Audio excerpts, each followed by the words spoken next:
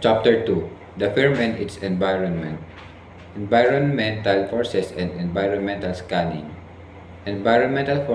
Forces encompass external elements that impact a firm operation and strategic choices. These elements include economic and political, technological, legal, and environmental factors.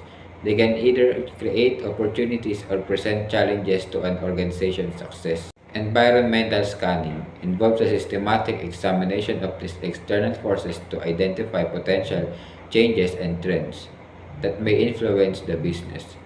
This process includes the collection, analysis, and interpretation of information regarding the environment.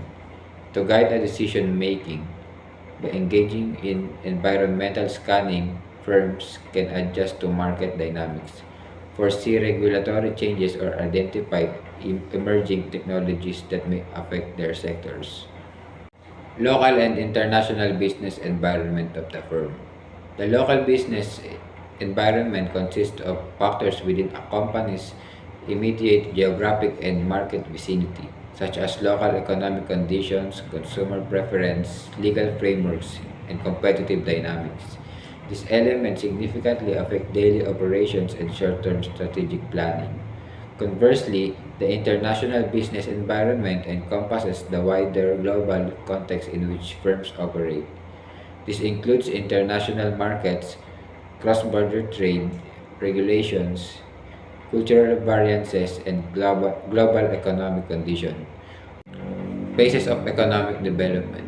Economic development is typically categorized into various phases, reflecting the progression of a country or region over time. Traditional society, defined by subsistence agriculture, minimal technological advancement, and limited economic diversification.